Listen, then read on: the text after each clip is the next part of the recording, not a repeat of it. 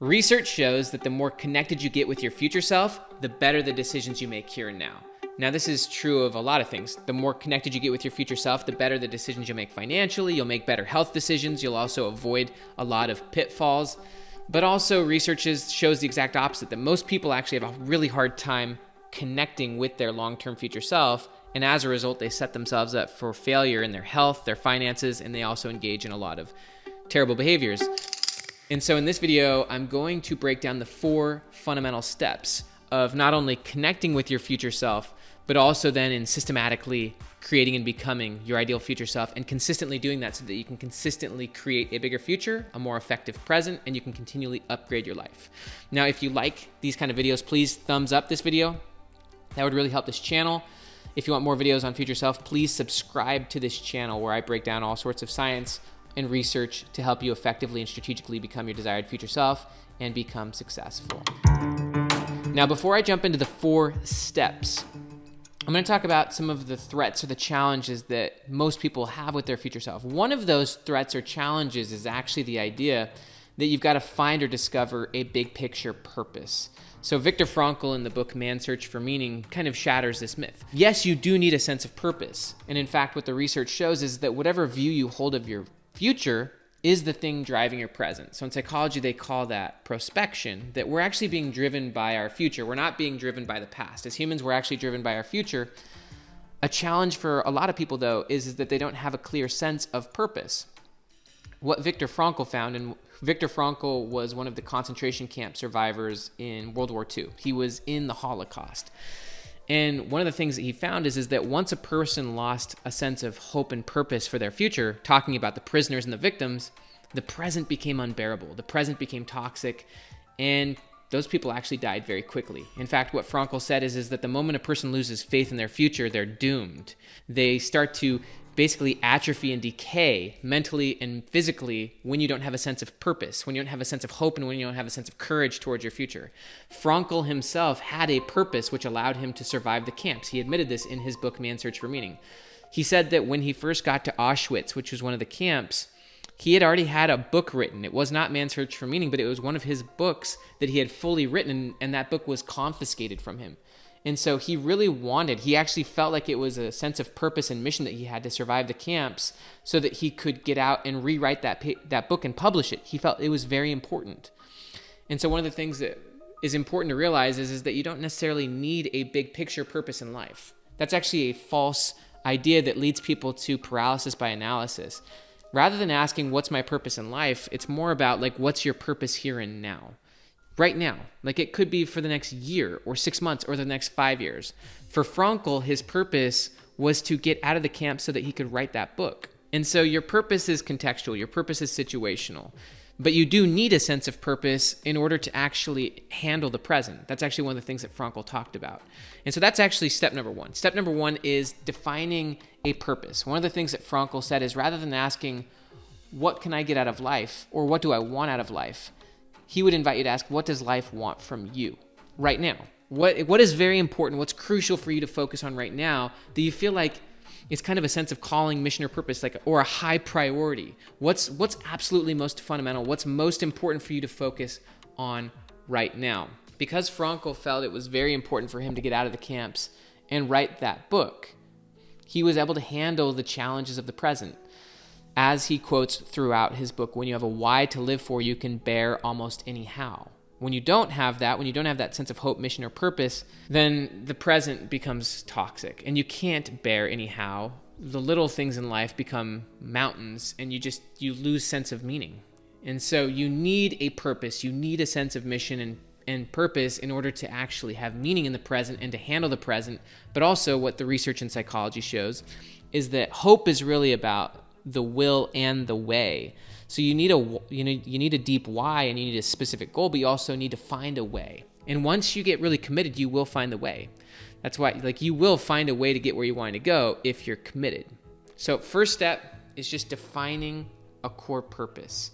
And I love the quote from Jim Collins where he says, if you have more than 3 priorities, you have none. I would invite you to break up your purpose into 3 categories. No more than 3. If you have more than 3 priorities, you have none.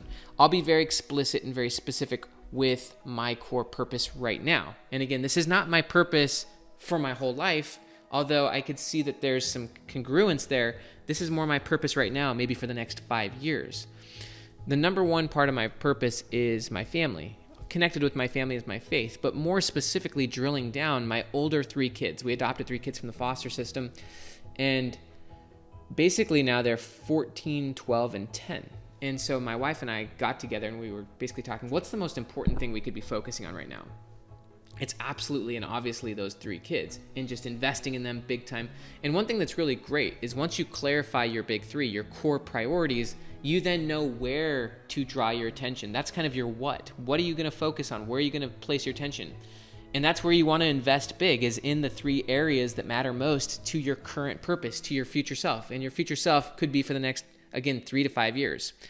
So for me, number one core area of priority is especially my older 3 kids, but broadly more my family and my faith. Number 2 for me is books. Writing books is super important to me, and going 10x as an author over the next 5 years is a core aspect of my purpose. That's a big part of what I feel like life is asking me to do and encouraging me to do. It's also what I believe my future self really wants me to do. And so that's an area where I'm going to invest big time, is writing more and better books and hopefully 10xing as an author, 10xing in terms of books sold, selling millions of copies of books. The third area of my purpose, and the only reason I'm sharing these is just to be honest and blunt with you, you'll have to clarify your core 3 priorities, and they probably will be very different from mine, but the idea is that you are clear on your priorities, because if you're not clear on your priorities, then you have no focus, and if you have got no priorities or focus, then you've got no identity. And if that's the case, then your behavior is probably being driven by other people's agendas, and you can't really make clean decisions. That again connects back to the idea that your view of your future self and your connection to your future self is determining the quality of your present decisions and actions. So my third area is money, and 10xing my own money, my financial situation, my net worth, essentially, and setting up my family, my wife, myself, my kids, for long-term compounding effects. Those are the 3 areas that I'm going to be investing big in. And what's great about future self is that whatever you invest in grows, and whatever you're consistently investing in begins to compound over time. And you can examine that in yourself, where at whatever area you've made investments in your life, and that could be in education, it could be in relationships. If you've gone to school, if you've gone to college, it's not, when I'm saying investments, I'm not just talking about like literally making financial investments.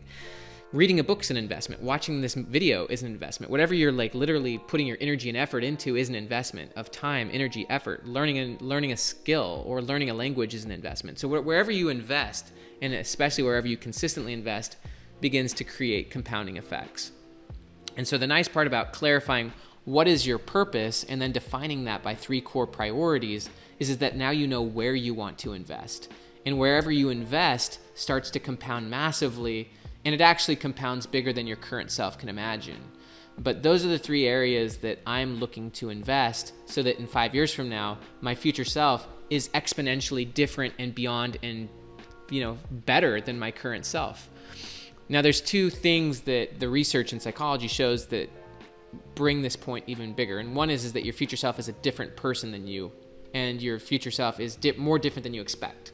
And so I expect that the 3 areas where I'm going to be placing a lot of energy, attention, and effort and focus and investment are going to be way different and bigger, and there's going to be a lot of unexpecteds that my future self will be and be handling that my current self simply can't imagine. One other cool point about this is that when you get really clear on your trajectory, it allows you to be a lot more patient with your current position. Your trajectory and your what they call slope in statistics, like the angle of your slope and your trajectory is a lot more important than your current position. Your current position, it matters, but it's not the be all end all. Your current self is very temporary.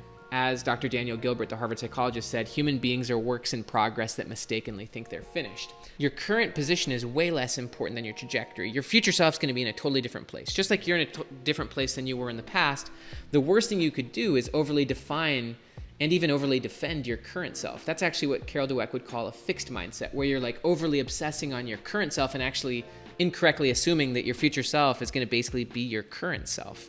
Your current self's going to change, and your position's going to change.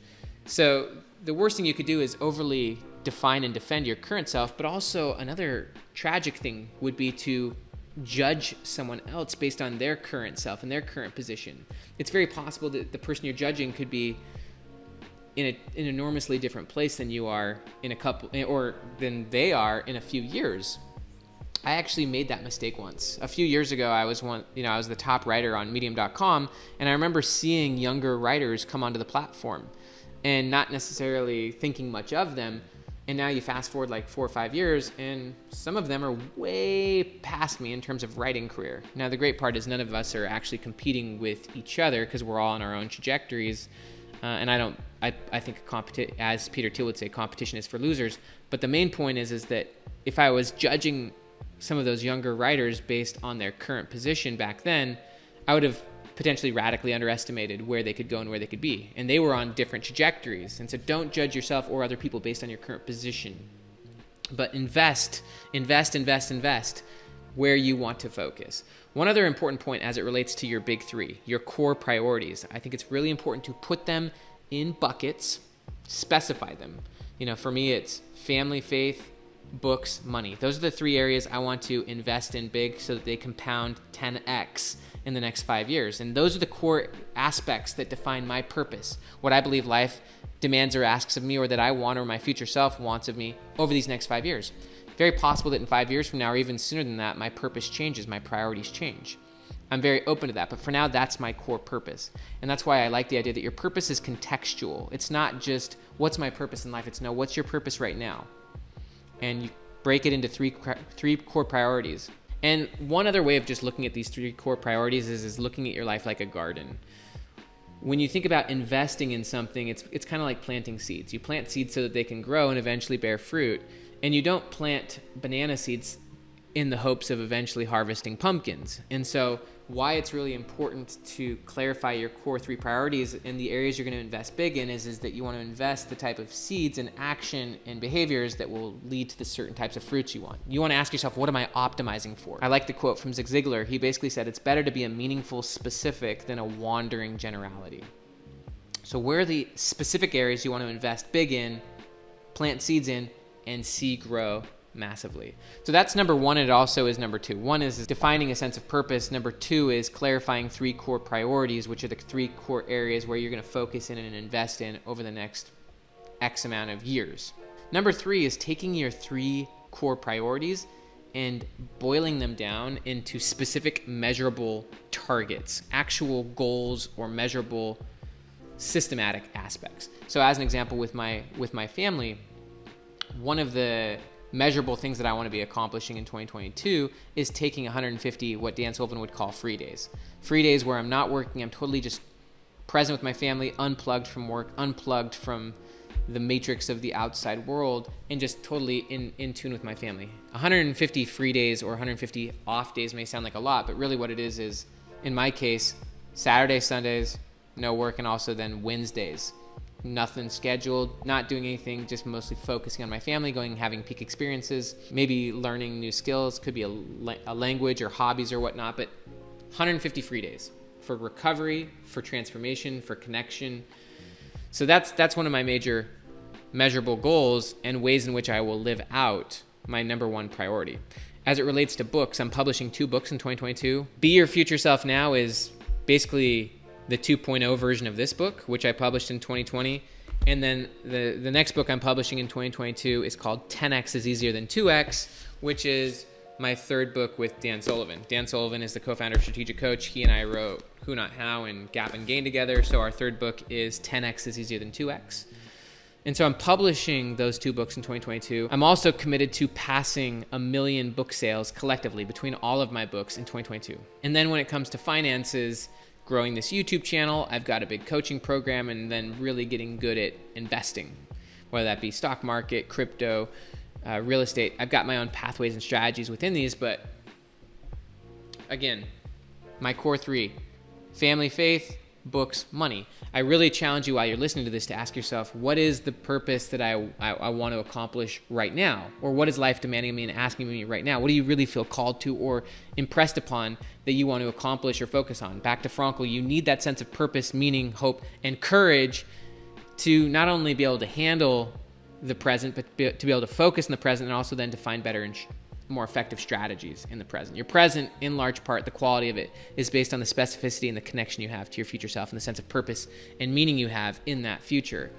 I'm now inviting you to really clarify what are the 3 core areas, core priorities of your life that really embody that sense of purpose, the 3 most important things for you that you want to be focusing on and investing in, and anything outside of those is probably what Robert Brault would call a lesser goal. As Robert Brault said, we're kept from our goals, not by obstacles, but by a clear path to a lesser goal.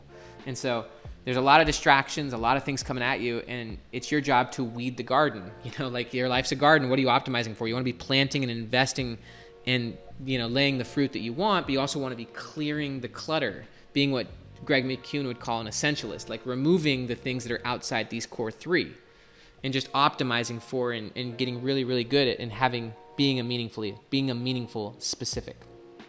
And then from those 3, setting specific tangible goals. In this case, I'm filming this video in end of November of 2021, and so I'm just laying out specific measurable targets for 2022 that reflect me living out these big 3 and make progress. So after you've set specific, meaningful, measurable, powerful goals, that's number 3, that takes you now to number 4.